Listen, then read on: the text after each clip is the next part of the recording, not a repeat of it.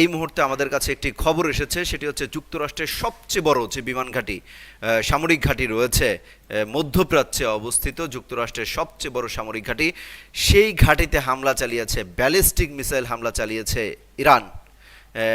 আমরা জানছিলাম, কিছুক্ষণ আগে আমরা জানছিলাম যে কাতারে অবস্থিত যে বিমান ঘাঁটিটি রয়েছে সেখানে দুটি ক্ষেপণাস্ত্র হামলা চালানো হয়েছে। সেই দুটি ক্ষেপণাস্ত্র হামলার মধ্যে একটি কিন্তু তারা ঠেকিয়ে দিয়েছে, অর্থাৎ ইরান, কাতার বলছে যে ইরান যে দুটি ব্যালিস্টিক ক্ষেপণাস্ত্র হামলা করেছে মার্কিন যে সামরিক ঘাঁটি রয়েছে মধ্যপ্রাচ্যে, সেই ঘাঁটিতে হামলা করার কারণে একটি তারা ঠেকিয়ে দিয়েছে, আরেকটি যে আঘাত হেনেছে, অর্থাৎ সেখানকার আকাশ প্রতিরক্ষা ব্যবস্থা একটি ঠেকিয়ে দিলেও অন্যটি আল উদাইদ এলাকায় অবস্থিত যুক্তরাষ্ট্রের যে বিমান ঘাঁটি রয়েছে সেখানে আঘাত এনেছে।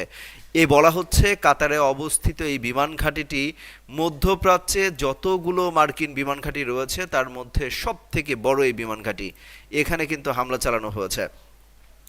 অর্থাৎ যুদ্ধের পরিধি কিন্তু ঘন্টায় ঘন্টায় খারাপের দিকে যাচ্ছে।